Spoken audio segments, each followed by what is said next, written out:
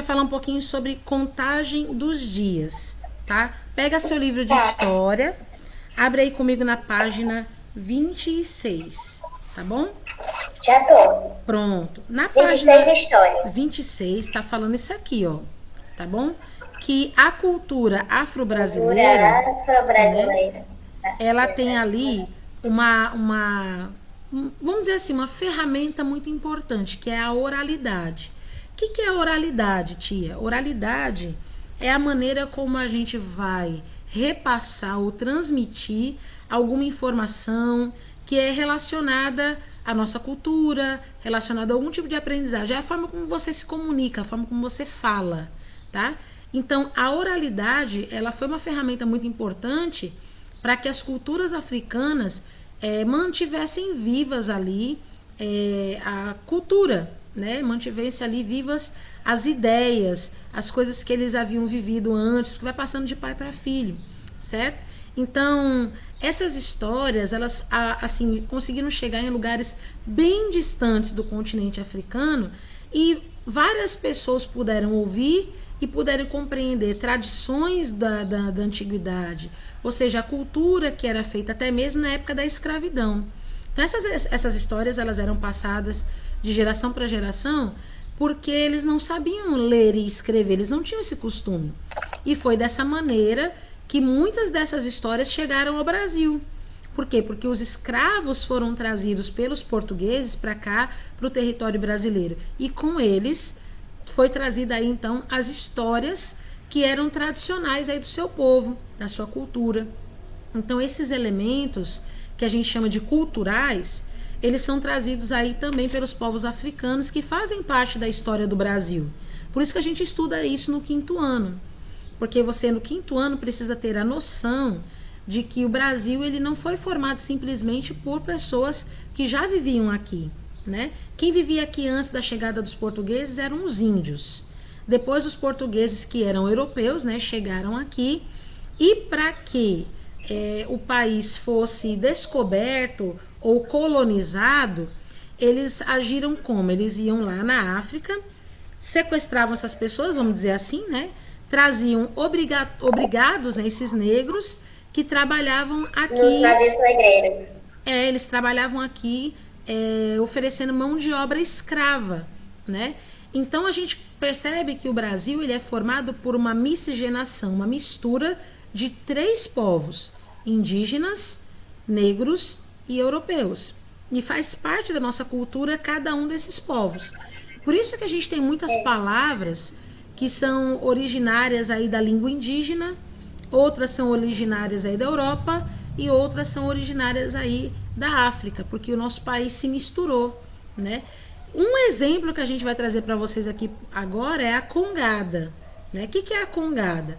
A congada, ela faz parte da cultura afro-brasileira, ou seja, ela veio aí da herança dos povos negros, né? O que é isso? É uma espécie de dança, né? Que é praticada aí pelos escravos, né? Isso há mais de 400 anos atrás, né? Então essa é uma festa mais ou menos, né? Que vai misturar dança, teatro, música, né? Que é da cultura africana e acabou sendo misturada aí com o catolicismo católico. Já o catolicismo católico não veio dos africanos, veio dos europeus. Então você tem aí a congada, que é essa mistura de uma cultura afro-brasileira com a religiosidade europeia. E aqui vocês têm a imagem, né? Essa é uma festa que acontece aí a coroação do rei do Congo, né? Por isso que a gente chama de congada, porque a nação do Congo, há muitos anos atrás, ela era muito rica, ela era muito próspera, né? Então, a partir de canções, essas histórias são contadas, enquanto é representado aí através desse teatrinho, né? Feito nessa festa, né? Esse ritual africano, certo? Então, a gente também pode conhecer agora os mitos dos povos indígenas. O que é mito? Mitos são histórias que elas não precisam ser levadas assim ao pé da verdade, mas que fazem a gente compreender aí a cultura territorial de um país, né, de uma nação. Então, nesse caso aqui, a gente também tem os mitos dos povos indígenas, que eram contados também de pai para filho, né? E era uma maneira que eles usavam para ensinar os saberes, né, das pessoas mais velhas para as pessoas mais jovens no grupo, né? E tudo era utilizado o quê? A fala. Então você vê que nem os povos africanos e nem os povos indígenas, eles deixavam escritos, eles deixavam relatos escritos, eles falavam. Então eles narravam, né? Narravam histórias. Por isso que a oralidade, ela é uma capacidade muito intrínseca dentro do brasileiro. O que é intrínseco? Dentro. É muito dentro da gente. O brasileiro se comunica muito facilmente. Mesmo sem saber, por exemplo, a língua de outros países, mas ele se comunica, né? Porque isso está dentro da gente. Então, quando os índios narravam os mitos e acabavam explicando aí o surgimento do universo, o dia, a noite, a morte, a vida, né? Ele acabava explicando também como é que nasciam certos alimentos, como o milho, como o guaraná, como a mandioca, né? Por exemplo, a história da mandioca, né? Que eu já ouvi diversas versões, mas a história da mandioca é mais ou menos assim. Existia um casal de índios que haviam se casado, né? E eles queriam muito ter um filho. Aí a índiazinha engravidou, aí nasceu uma menina muito bonita que eles colocaram o nome dela de Mani, né? Mas a Mani, ela ficou muito doentinha e ela não sobreviveu. A Mani morreu ainda bebê. E eles enterraram a Mani dentro da oca onde eles moravam, né? Tipo assim, no chão da casa onde eles moravam. E depois de algum tempo, ali naquele lugar onde a Mani foi enterrada, começou a nascer uma plantinha, né? E aí os pais deixaram aquela plantinha crescer, aquela plantinha cresceu, e um pouco mais para frente eles foram cavar, né, para ver o que tinha acontecido ali embaixo, nas raízes daquela planta, né?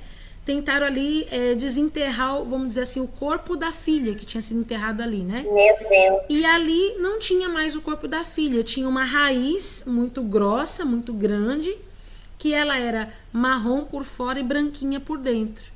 E aí eles descobriram a raiz da mandioca. Por isso que ficou mandioca. Mani, que era o nome da índiazinha, e oca porque ela foi enterrada dentro da oca, né? Mani de oca. Aí ficou mandioca, né? Esse é o mito da mandioca, né? A lenda da mandioca. Vocês conheciam essa lenda, não? Não conheceu não, tio. Não? Nunca nem ouvi falar. Sério? Alguém aqui conhecia essa lenda? É uma mistura de assustador com fofinho, com triste. Verdade, verdade, né? Então, eles queriam ensinar, na verdade, os indígenas, quando eles queriam ensinar a origem de alguma coisa que eles não sabiam de onde que vinha, eles utilizavam os mitos. Inventavam mitos, né? Isso, exatamente. Então, o mito, ele foi passando de tradição em tradição, de geração em geração, e geralmente quem contava isso era o cacique, que é o líder da aldeia, né? Ou então o pajé, que muitas vezes era chamado de xamã, né? O pajé era como se fosse o padre, né? O pastor ali da região, né? É o índio mais velho. Isso. Que era considerado o mais sábio, né? É o mais sábio. Isso. Então... E chegaram até hoje. Eu vou dar um exemplo aqui. Dizem que se comer manga e beber leite, você morre. Não é? São mitos, né? Que vão passando. Também dizem que se deixar o chinelo virado, a mãe morre. Exatamente. Os mitos vão passando de pessoa para pessoa, né?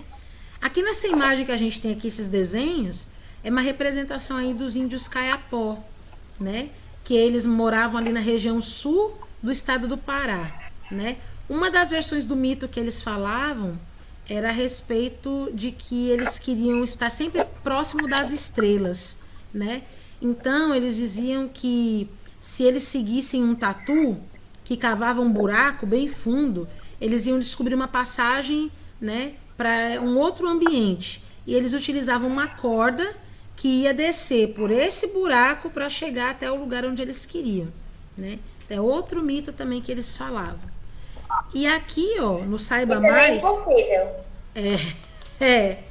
Aqui na página 27, vocês estão vendo uma índia de verdade, né? Ela é uma índia da tribo Carajá, que pinta o rosto, que se tatua, né? Que utiliza esses adornos, né? No rosto. Aqui essa menininha tem 11 anos, a idade de vocês, né? Então, Não a minha, eu ainda vou fazer um. É. Então, Eu ainda vou te fazer uma pergunta. pode perguntar. Aquela menina que você falou que morreu, que nasceu no negócio de mandioca, ela era desse jeito? Sim, ela era uma indiazinha, só que ela era bebê, né? Ela era uma bebezinha. Né? Lembra que o mito fala da bebezinha. Hã? É porque você falou que ela era bem bonitinha, eu pensei, será que ela é igualzinha a menina? Ela era uma bebê bem bonitinha, ué. Bebê é bonitinho, não é? É. Então. E os povos indígenas. É fofo, Lucas. Mas só que a questão de ser bonito ou feio, Lucas, sabe o que que é?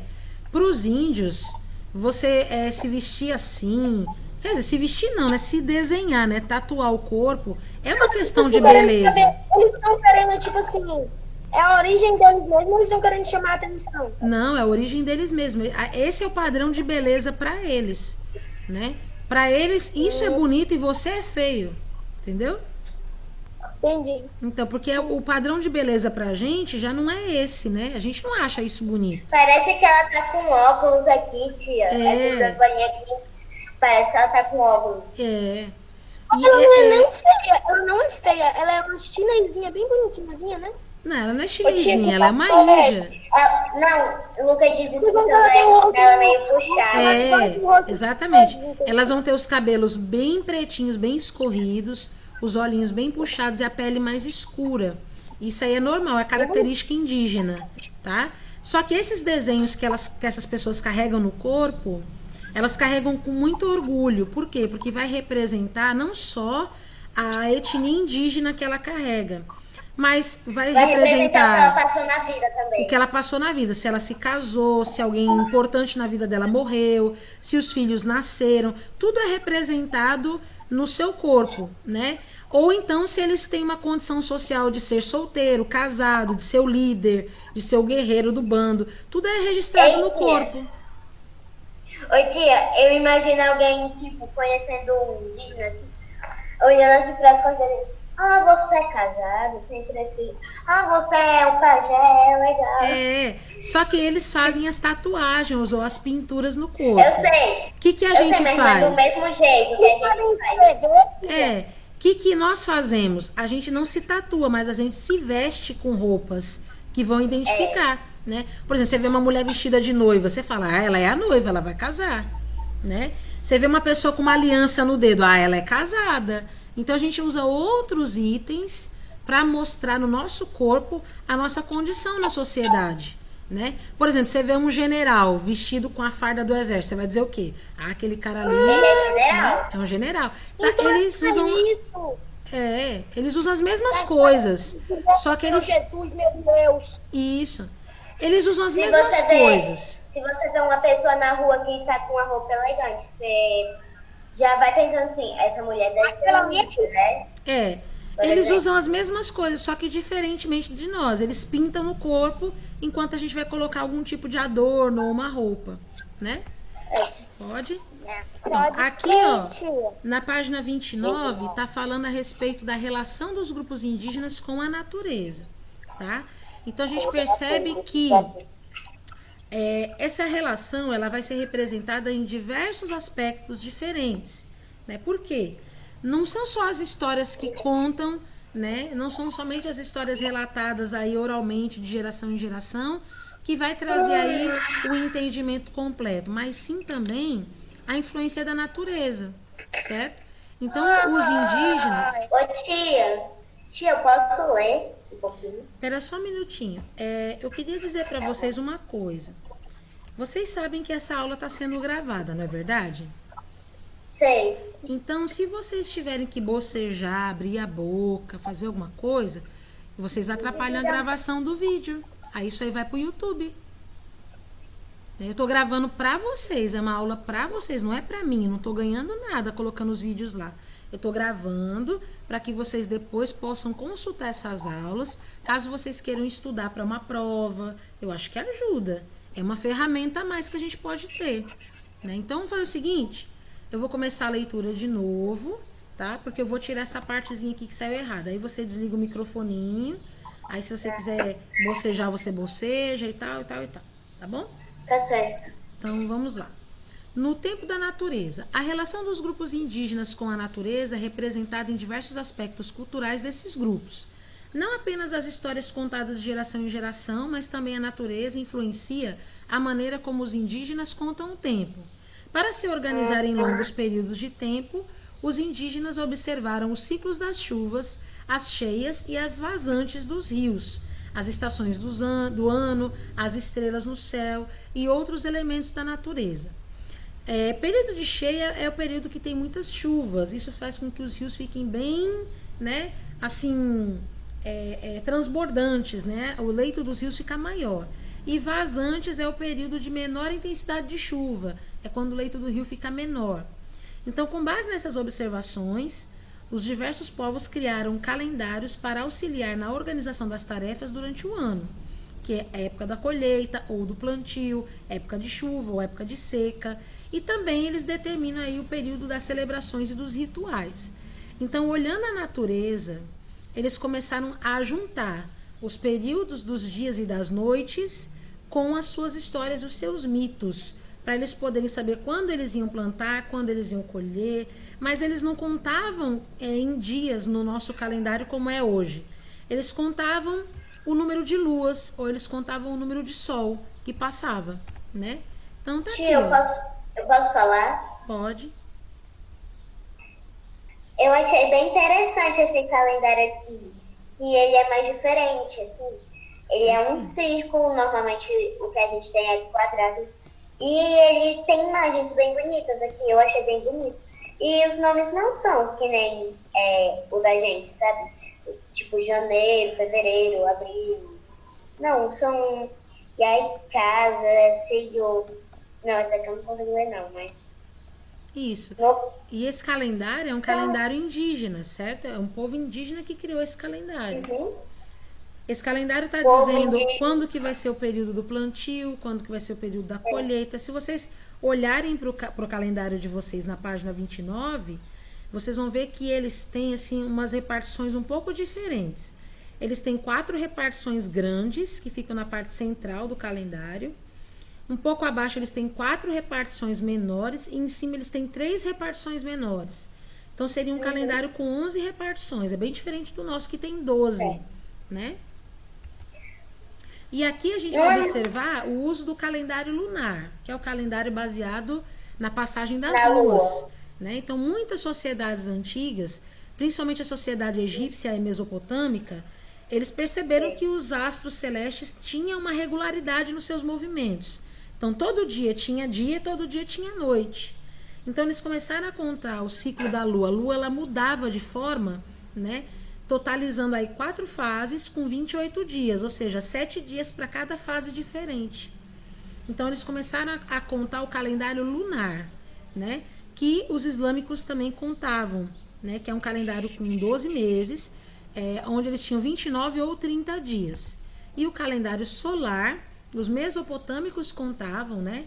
E eles percebiam que o ano demorava mais ou menos 365 sóis, ou seja, 365 dias, né? E eles conseguiram notar isso por causa da mudança do tempo. Então eles marcavam ali uma temporada e aí eles vinham marcar essa temporada se repetindo depois de 365 dias. Então, nessa observação, eles criaram um calendário dividido em 12 meses, com 4 semanas, né, 7 dias para cada semana. E aí eles colocaram o nome de cada dia de semana relacionado aí aos corpos celestes. Sol, Lua, Marte, Mercúrio, Vênus, Júpiter e Saturno. Saturno é o sábado, né? Se você pegar aí em inglês, por exemplo, você vai ver lá a questão lá do Sunday, né? Sunday é domingo. Sun é sol, day, dia de sol, Sunday, né? É o domingo, certo? Monday, né? Moon é lua, day, dia de lua, Monday, lua, né? A segunda. Inglês. E assim por diante. Então, Sol, Lua, Marte, Mercúrio, Vênus, Júpiter e Saturno é o nome dos dias da semana, certo? E esse tipo de calendário que tem como base aí o ciclo solar foi adaptado e o Brasil usa esse tipo de calendário. Nosso calendário é baseado no calendário solar, né? Então, para você marcar aí os primeiros anos dos calendários, as sociedades, você vai escolher aí alguns eventos que você vai considerar importante. Então, geralmente no nosso calendário, que é um calendário cristão, que foi feito aí pelo Papa Gregório, então a gente chama nosso calendário de calendário gregoriano, ele vai ter aí festas como o nascimento de Jesus, né? Vão ter várias festividades católicas, né? Porque o nosso calendário é um calendário católico e ele vai ter vários feriados baseados também em, vamos dizer assim, ocorrências religiosas, como Corpus Christi, dia de São João, dia de São José e assim por diante.